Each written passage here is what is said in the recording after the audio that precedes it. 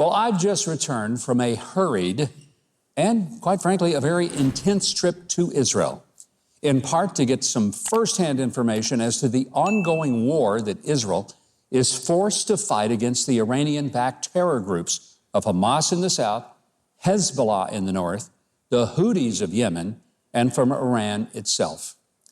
But one of the most disgusting battles that Israel faces is against the Biden administration that pretends to support Israel just to placate Jewish voters here in the U.S., but which puts irrational pressure on Israeli Prime Minister Benjamin Netanyahu, so it also can attempt to placate the anti-Semitic, Israel-hating leftists like Ilhan Omar, Rashida Tlaib, AOC, and other deranged members of the so-called squad. I walked through homes that had been burned down by rocket fire. I went with my friend Yael Eckstein, who's the CEO of the International Fellowship of Christians and Jews, to deliver food to impoverished elderly Jewish widows.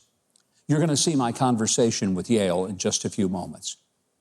On the very day that 6 hostages were taken after being held by Hamas for over 300 days and then murdered by being shot in the back of the head, Joe Biden, appearing back at the White House for the first time in 18 days after lounging on the beach that entire time, put the blame on the Israelis for not agreeing to a ceasefire. I guess Joe is too sunbaked to know that the Israelis actually have agreed to repeated ceasefire proposals, but Hamas has rejected every single one of them. Hamas doesn't want the war to end. They really don't. They don't want their civilians to stop dying.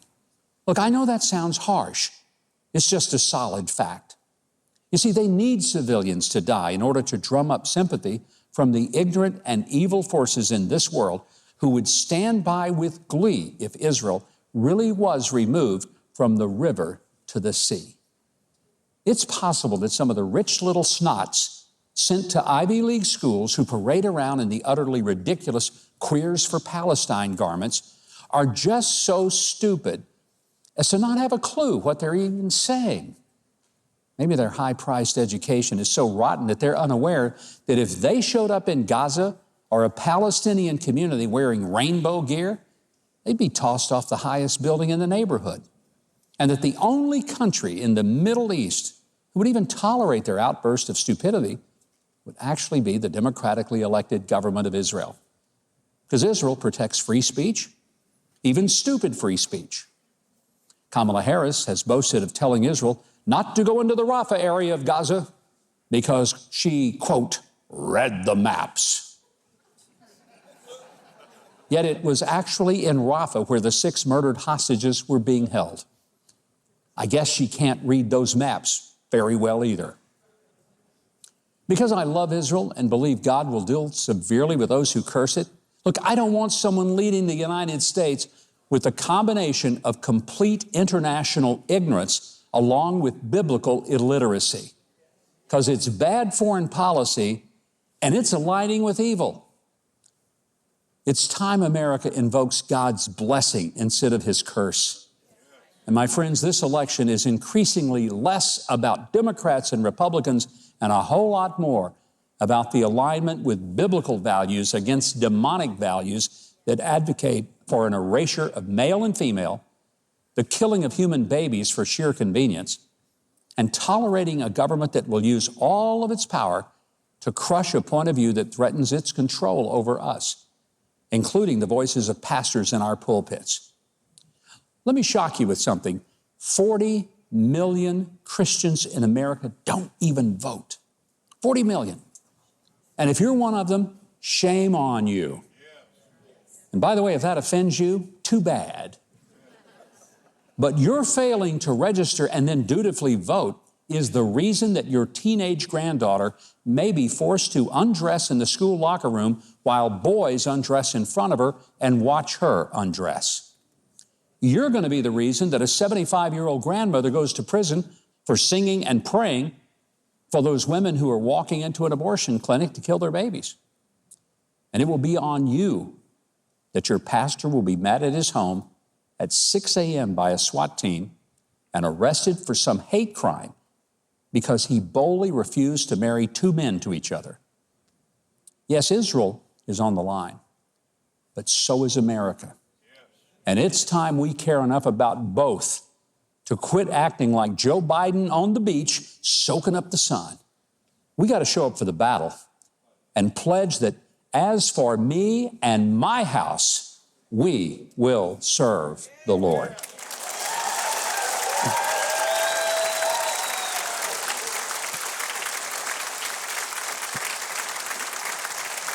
Well, one of the highlights of my trip to Israel was having the pleasure of sitting down with Yael Eckstein, the CEO of the International Fellowship of Christians and Jews.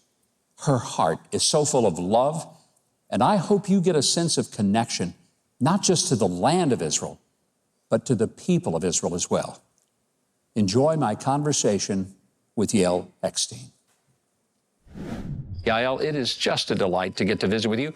Most importantly, in Israel. Thank you for joining me. Governor Huckabee, it is such a blessing to me personally and to everyone here in Israel that as we're in the midst of this war, you are coming to Israel to stand in solidarity with us. So it's an honor to be sitting with you here. Over the years that we have been friends, and it's been a joy for me to be able to partner with the fellowship, I've seen firsthand the work that you do. And up until this war, you had your plate full. And it was helping people with food, people that didn't have anything in their homes until you brought them a box of life-saving food. It was about providing bomb shelters for families that didn't have them. There were a lot of things that the fellowship did. But October the 7th changed everything. Hamas attacks the civilians of Israel, slaughtering innocent women, children, babies. It's the most grotesque kind of attack that we've seen since the Holocaust.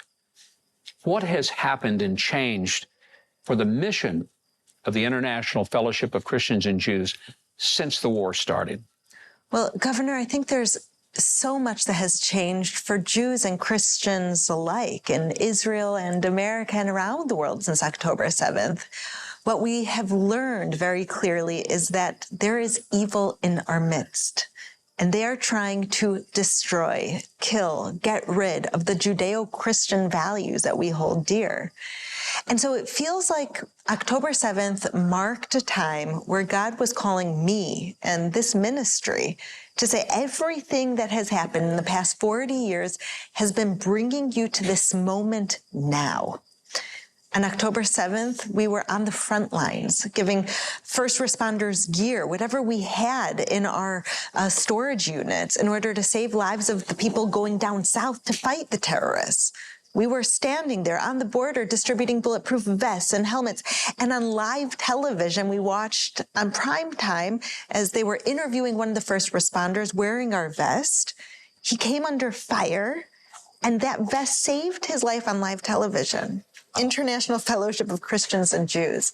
And so it's the bomb shelters, it's getting the hospitals ready for mass casualties, it's letting the people of Israel know, as anti-Semitism is on the rise, that there are millions of Christians around the world that will never abandon us, that will never turn their back on Israel and the Jewish people.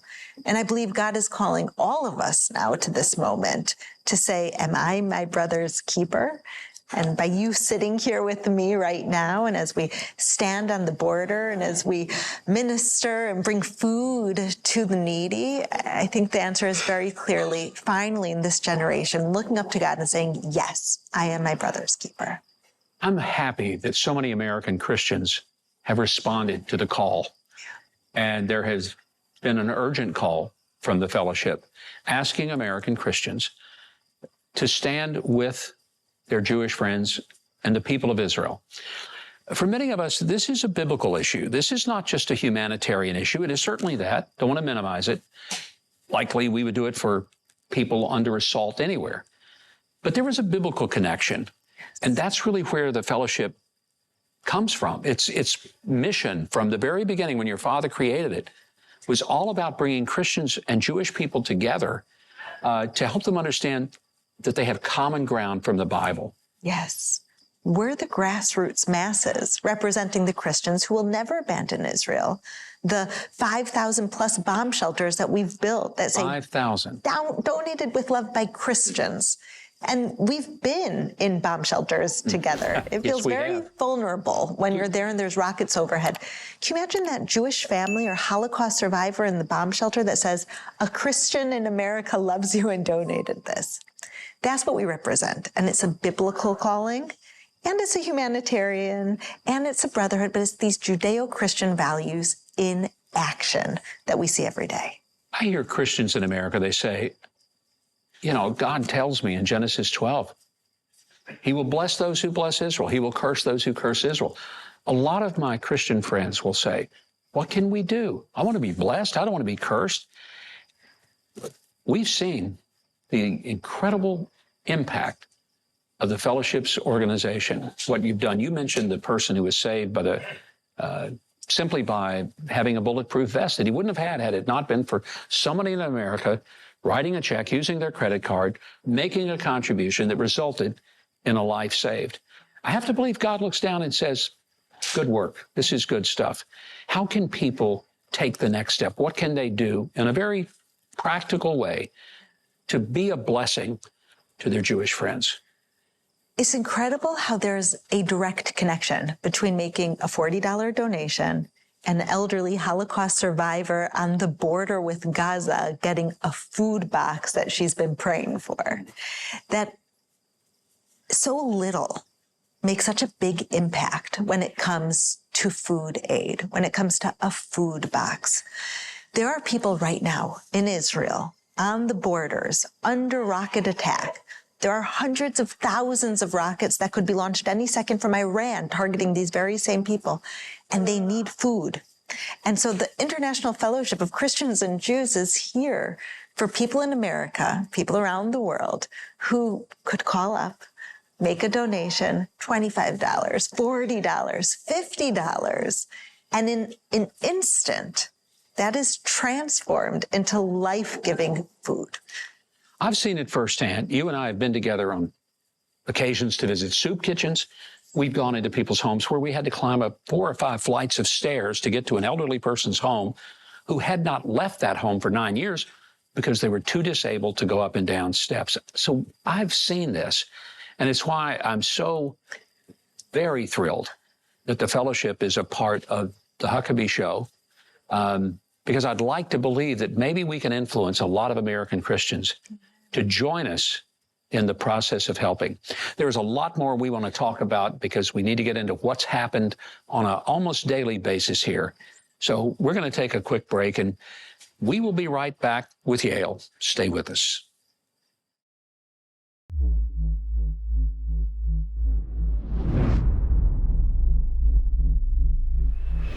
And we're back with Yael Eckstein, the CEO of the International Fellowship of Christians and Jews. Yael, before the break, we were talking about some of the specific ways that the fellowship has been helping the practical needs. But you're faced with a whole new array of needs because of a war. I mean, you had plenty to do before there was a war, but the war has escalated. There are, 100,000 plus Israelis that have had to leave their homes because rockets from Hezbollah in the north and rockets from Hamas in the south have forced them to have to get out of their homes. They have to go live in a hotel. That gets very expensive.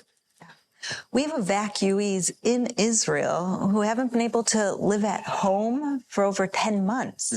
That means that they can't work, that they don't have all of their belongings, that they have to start over.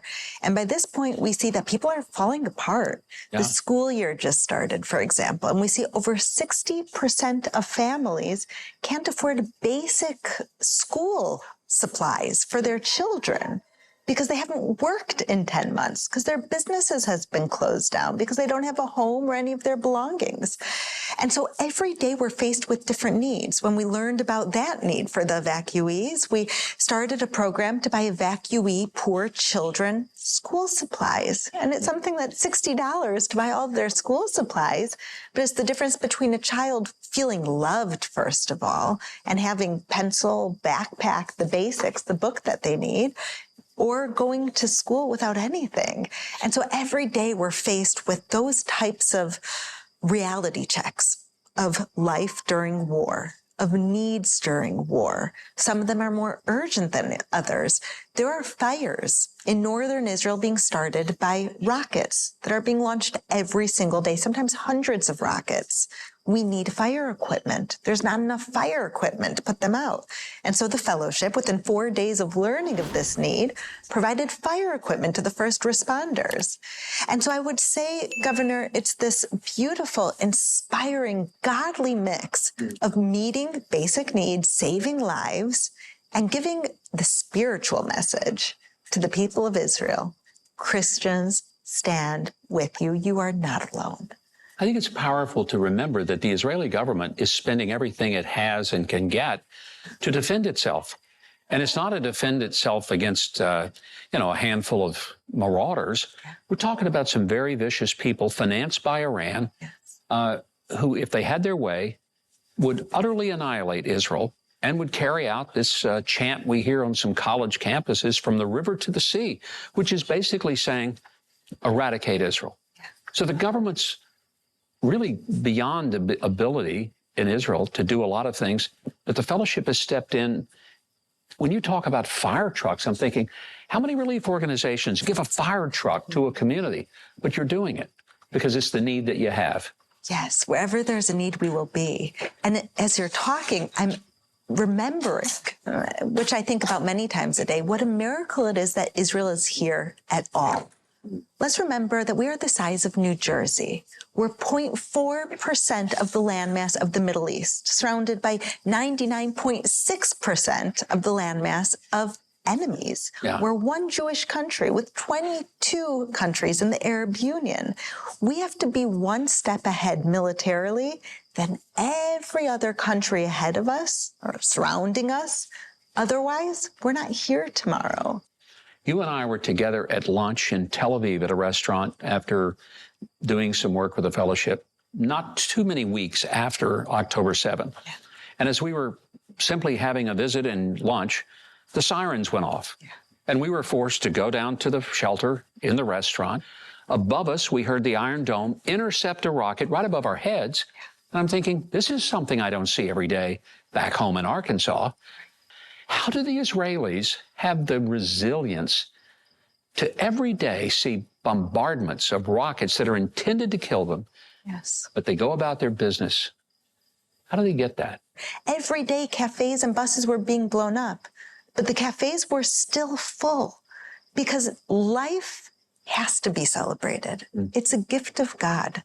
And so after October 7th, Israel was rated the 5th happiest country in the world. Even after October 7th, we're happy because we're here, because we're alive. And for the Jewish people, that's not a given. It also occurs to me that there is a sense of destiny. The Jewish people of Israel recognize that they're living in a land, it's not just a piece of real estate. Yeah. It's a land that God gave them title deed to from the time of Abraham. And he said, you're my people, this is your land, here are the boundaries, and this is yours. And I get the impression that the people of Israel feel like, God gave us this. This isn't about just us. This is what God told us to take care of. And by golly, nobody's going to move us off the land that God gave us. There is that sense of destiny that I sense among Israelis that I just don't see anywhere else in the world. This land is not just a piece of real estate. Yeah. This land is our past, our present, our future. And when we didn't have this land, we were scattered among all the nations. We were persecuted. We were killed. 6 million Jews were burned in gas chambers just 2 generations ago. My grandfather's family, my father-in-law's family, everyone you look at here in Israel, their family has been persecuted.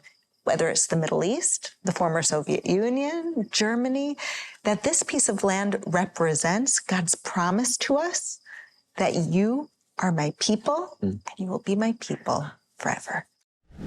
Well, I hope you enjoyed my conversation with Yael Eckstein. You can show your love for Israel and the people of Israel by becoming a partner with the International Fellowship of Christians and Jews and lending your support. Go to her guest page at Huckabee.tv to get all the links. Well, right now, Keith Bilbrey is standing by to fill us in on the rest of our show. Keith, tell us about it, please. Well, coming up next, Daily Wire reporter Megan Basham reveals some incredible insights from her new book on left-wing influence in churches. Then, stick around for magician Jason Bishop. You're watching Huckabee.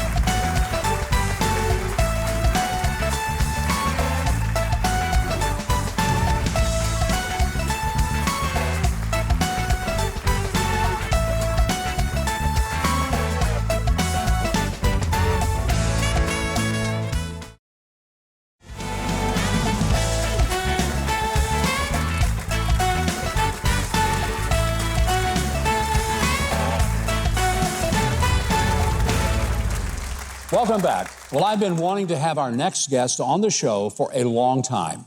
Megan Basham is a culture reporter with the Daily Wire and one of the most listened to voices in the evangelical world. She has just finished a deep dive into the left-wing infiltration of American churches that she's eager to share with us. This is the book, and I want you to please welcome the author of the book, Shepherds for Sale: How Evangelical Leaders Traded the Truth for a Leftist Agenda. Please welcome Megan Basham.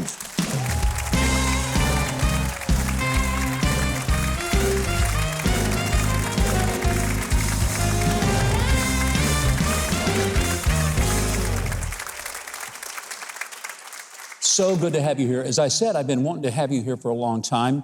You have written a blockbuster book. The title alone intrigues me, Shepherds for Sale.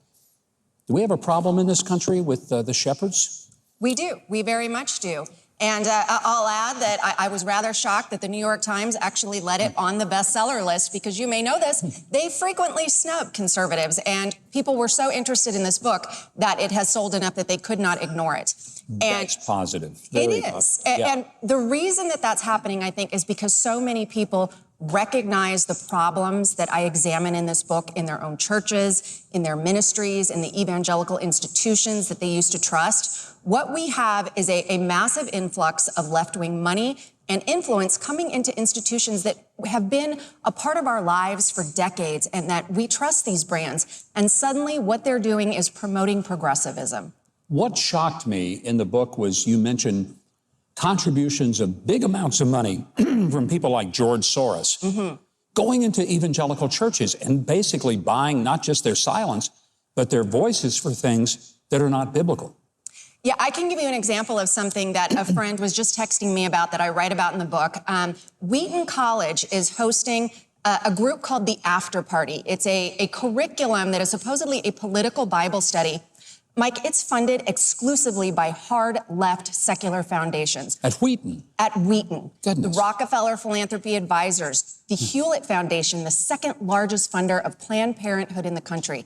And if you look at this curriculum, what it encourages Christians to do is to vote to address alleged systemic racism, but not to vote on the issue of abortion. So while it's subtle, it's very clear what this curriculum is designed to do. And that's just one example that we're seeing on any number of issues, including promoting climate change activism, promoting open borders policies. So this is what we're seeing is a recognition by these incredibly powerful left-wing actors and billionaires like George Soros, like the Clinton Foundation, like Bill Gates. They recognize that evangelicals are 30% roughly of the American electorate. They have rightly been called, even by left-wing outlets like The Atlantic, America's most powerful voting bloc. So you have an all-out effort to harness the power of that vote. And if they can't swing it to the left, then try to suppress it by shaming evangelicals. Were you shocked when you got into the research for this book of the depth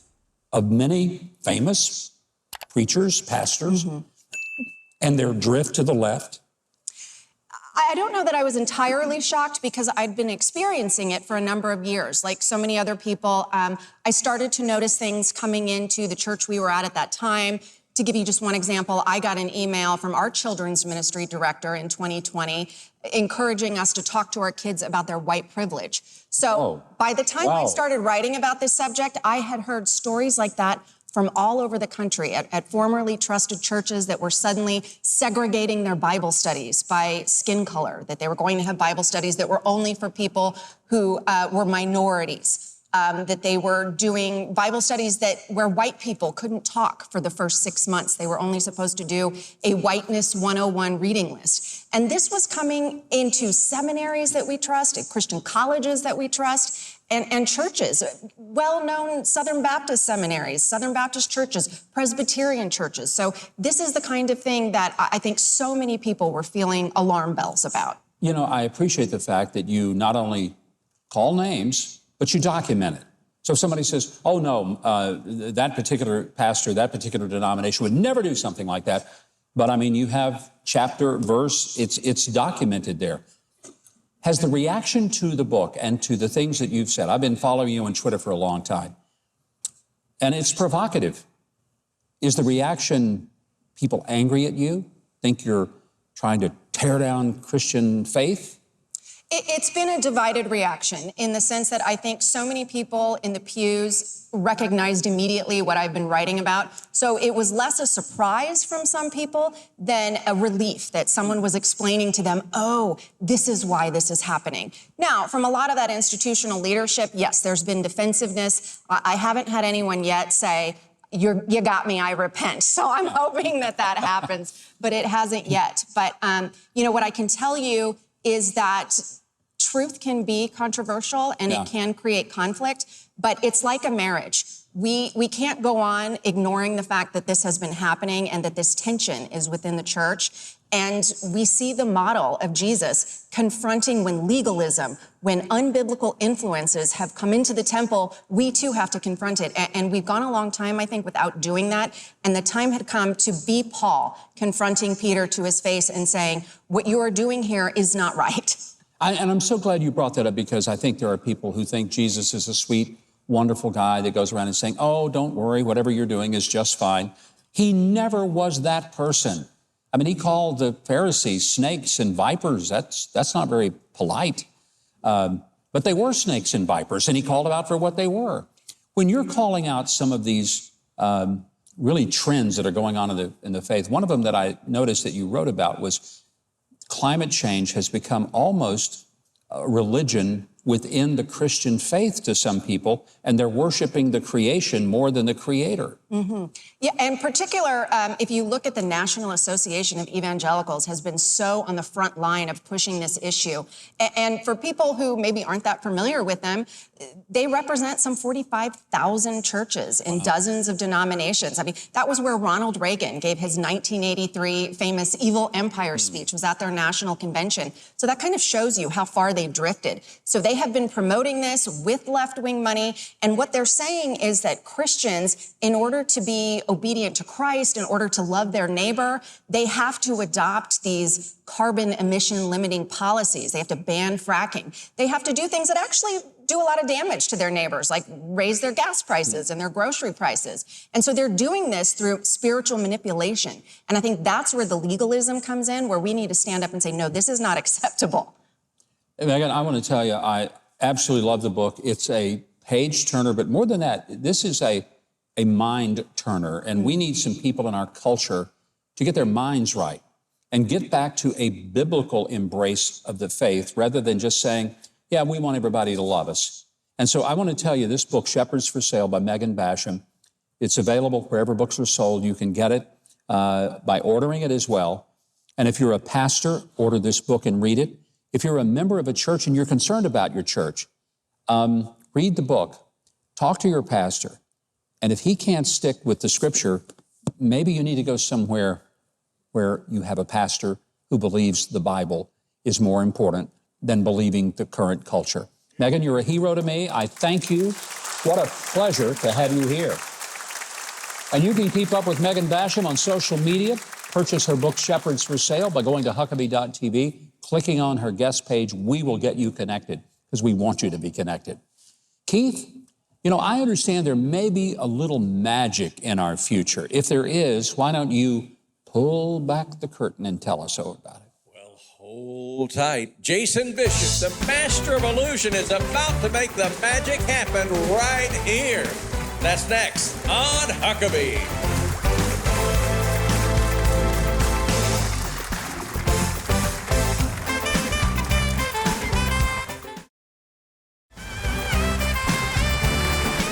Huckabee.tv and get your very own made in the USA Huckabee mugs, t-shirts, and more.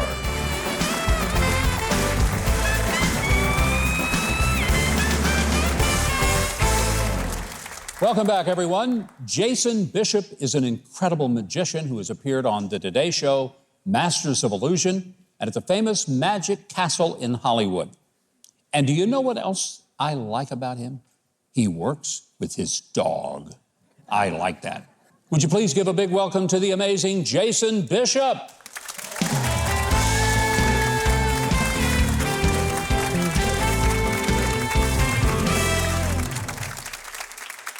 Well, this is my first appearance on Huckabee, and as a guest, it's traditional to bring a gift for your host. So can I give you a gift? Is that okay?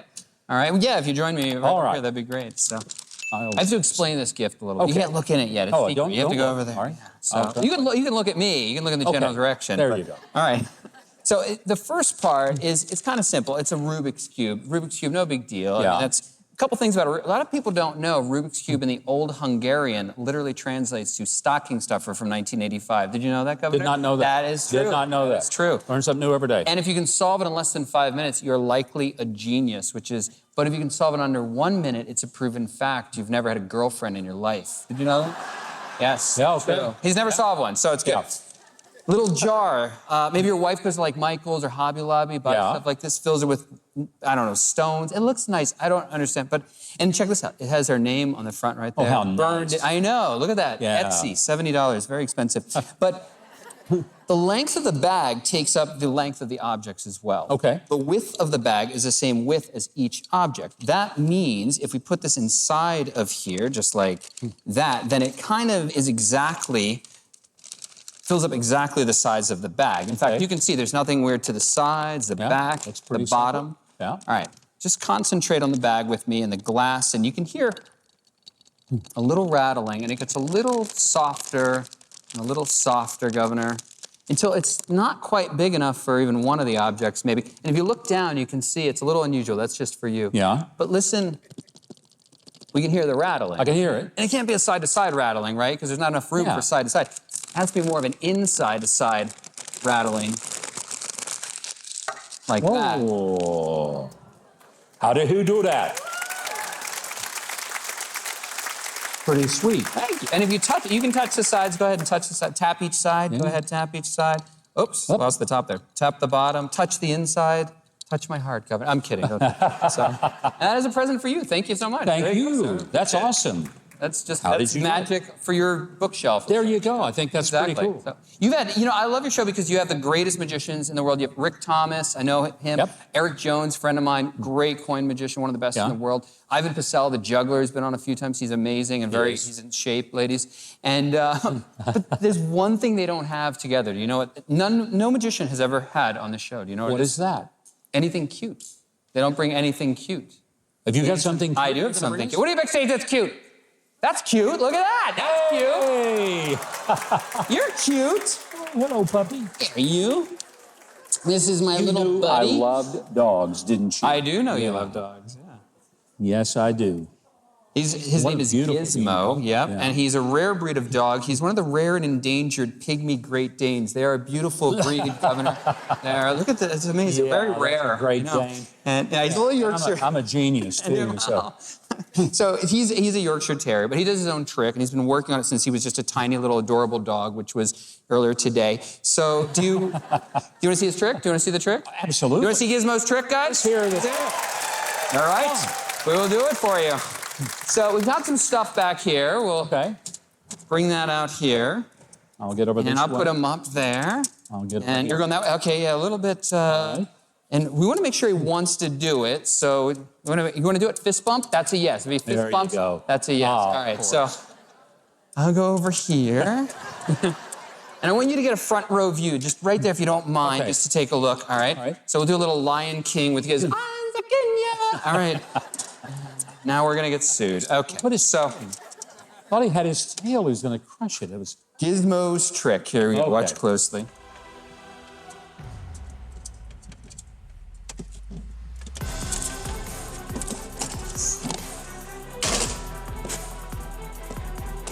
if you hurt that little dog, I'm telling you now, where is that little pup?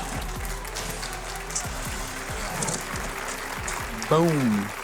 Is that amazing? Is that amazing, Governor? It's amazing if we find that little dog, but Check I'm the going to tell you. sleeve. Check the sleeve. No. Oh, my. You all have a question in the audience. What is your question? Where is the dog? Exactly. Is the magician single? I get it. Thank you so much. Thank you, ladies. Thank you. Now, your question is, where's Gizmo? Where does Gizmo go? Bring Gizmo back. How do I get tickets to Jason's show on the road? I understand. But where's the dog? Where is the dog? Yeah. Exactly. And let me put it this way. Whenever you're on stage, maybe that's not your real name. Maybe that's your character's name. So in this case, the character's name is Gizmo, but the real dog's name is dog number 97. So, ta-da! I'm kidding. But to distract you from thinking about that, my assistant Marius over here has this big container here to distract you from thinking and wondering about Gizmo, because I know you want to make sure he's okay. But this is 2 steel boxes nested together, padlocked together on top of a reinforced steel table here. It only comes in beautiful janitor green. And we're gonna come over here, Governor, if you don't mind. Go ahead and take a look. Pull on that. Make sure it's good. Yep. Marius and I will spin this. Yep. So you can hit the sides as it goes by. Make sure everything's good. If he's in there, I don't want to scare him. Yeah, exactly. Inside of box number 1 is box number 2. Okay. Inside of that is nothing. Nothing.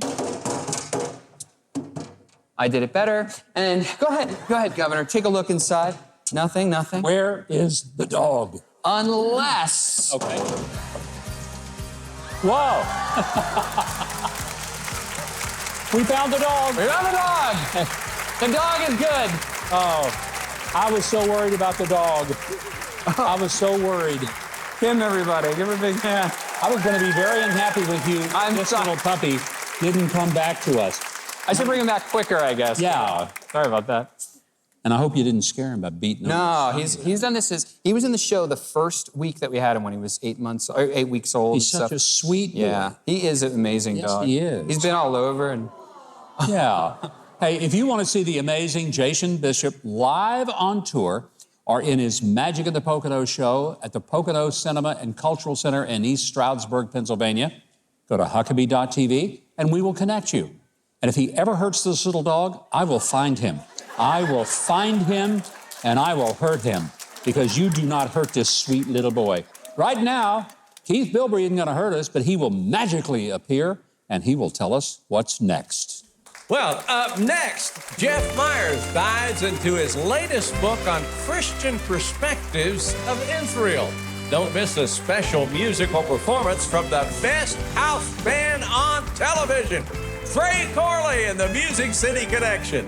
That's all ahead on Huckabee.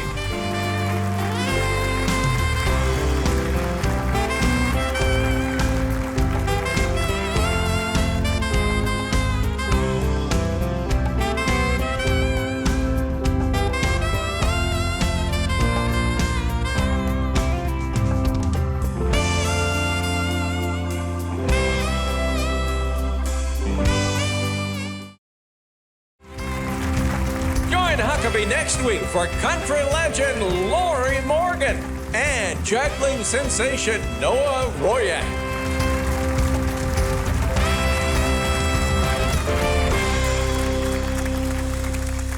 And welcome back. Dr. Jeff Myers is the president of Summit Ministries. He's hosted the Dr. Jeff Show and the author of 14 books, including such widely used textbooks as Understanding the Faith.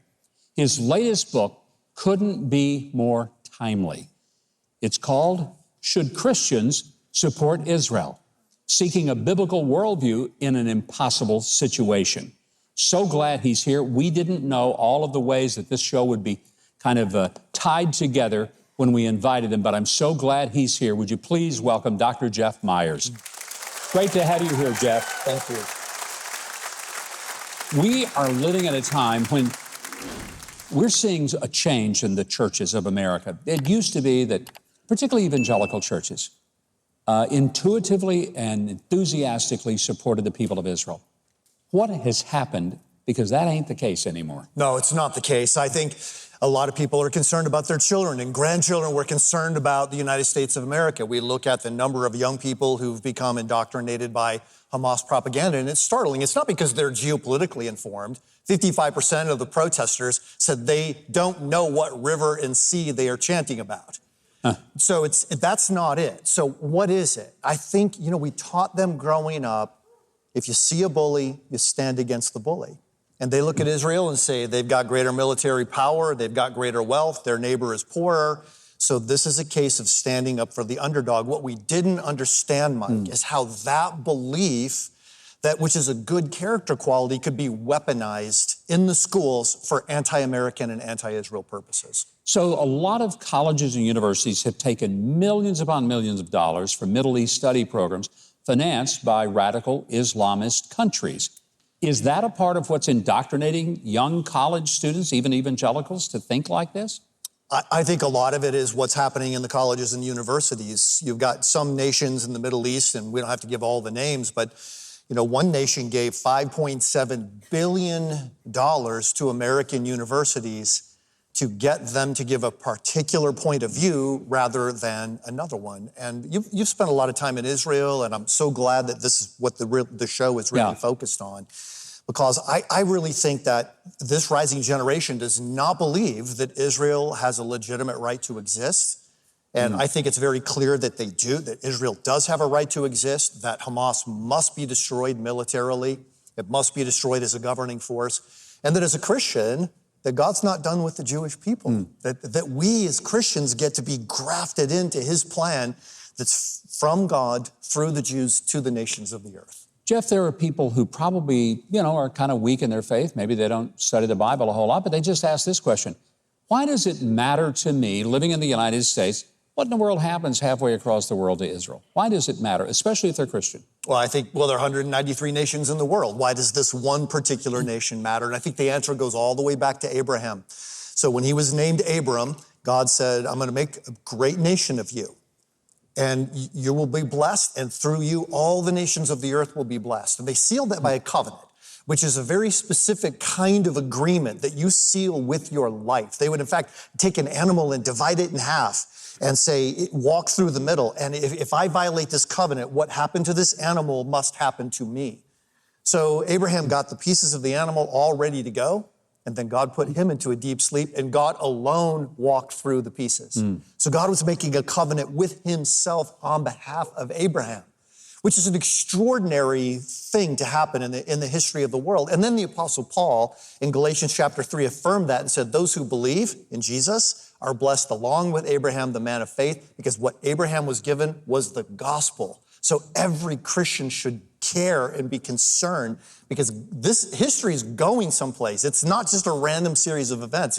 It's going somewhere. It's going there on purpose. There seems to be a generational divide between older Christians who generally are fairly supportive of Israel, but the younger ones, Gen Z rather, more than half of them, even the Christians, don't see any reason to support Israel.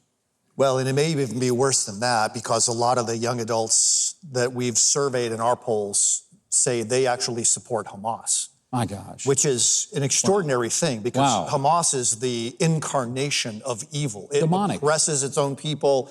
It terrorizes its own people. It tortures its own people. It steals from its own people. All the Hamas leaders have become millionaires and billionaires by stealing from international aid. And on top of that, they're committing these terrorist attacks, and it's extraordinary. You go to Israel all the time, and I'm so grateful for your support of the people. But you kind of get the impression that a lot of Americans, when they go there, just lecture them about your moral inferiority. Yeah. You're not as good as we are. And what they really need is for us to come alongside and say, we're in solidarity with you. What do you need? How can we help? Well, and I think a lot of our Jewish friends right now never ever imagine that they would feel so alone. And they do, having just come from there. And I think it's so important. This book, Should Christians Support Israel? I think the answer is a screaming yes. But if you want to know why, and maybe that's an issue for you, why do I need to support Israel? Please get this book by Dr. Jeff Myers. If you want to follow him online, to see his show on YouTube, and most importantly, to get your copy of the book, Should Christians Support Israel? and you know my answer to that already, go to Huckabee.tv and we'll connect you to Dr. Myers. If you enjoyed this video, I hope you'll consider clicking the subscribe button below and the notification bell next to it so you don't miss any of our future videos when they go up online.